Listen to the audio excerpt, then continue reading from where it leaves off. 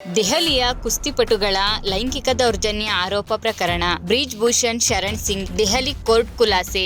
ಪಕ್ಷ ವಿರೋಧಿ ಚಟುವಟಿಕೆ ನಡೆಸಿದವರಿಗೆ ಸಚಿವ ಸ್ಥಾನ, ಸಂಪುಟ ವಿಸ್ತರಣೆ ಬಳಿಕ ತನ್ವೀರ್ ಸೇಠ್ ಅಸಮಾಧಾನ ಸ್ಫೋಟ.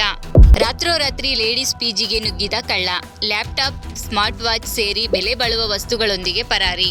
ಹಾಸನದಲ್ಲಿ ವರುಣನ ಅಬ್ಬರ ಜೋರು, ಹೇಮಾವತಿ ಜಲಾಶಯಕ್ಕೆ ಭಾರೀ ಒಳ ಹರಿವು, 2 ದಿನದಲ್ಲಿ 2 ಟಿಎಂಸಿಗೂ ಅಧಿಕ ನೀರು ಸೇರ್ಪಡೆ. ಅಸ್ಸಾಂ ಬೆಚ್ಚಿ ಬೀಳಿಸಿದ ಬಾಲಕಿ ಹತ್ಯೆ ಪ್ರಕರಣ, ಲೈಂಗಿಕ ದೌರ್ಜನ್ಯ ಆರೋಪ, 5 ಪೊಲೀಸ್ ವಶಕ್ಕೆ. 15 ವರ್ಷದ ಬಾಲಕಿಯ ಮೇಲೆ ಅತ್ಯಾಚಾರ, ಅಂಗಕ್ಕೆ ರಾಡ್ ಹಾಕಿ ಬರ್ಬರ ಹತ್ಯೆ.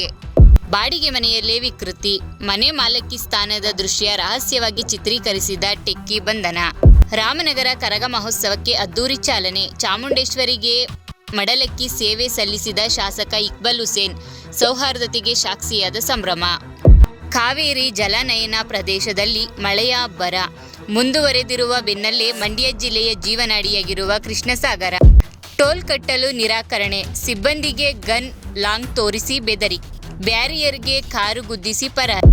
ಶಿವಮೊಗ್ಗದ ದೇವಸ್ಥಾನದ ಲಿಫ್ಟ್ನಲ್ಲಿ ಸಿಲುಕಿದ ನಿವೃತ್ತ ಇಂಜಿನಿಯರ್ ಗಾಬರಿಯಿಂದ ಸಾವು.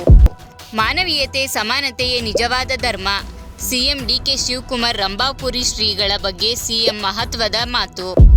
ಸಾನ್ವಿ ಟ್ಯಾಟೂ ವಿವಾದಕ್ಕೆ ಚಕ್ರವರ್ತಿ ಚಂದ್ರಚೂಡ್ ಗರಂ, ವೈಯಕ್ತಿಕ ಟೀಕೆ ಸರಿ.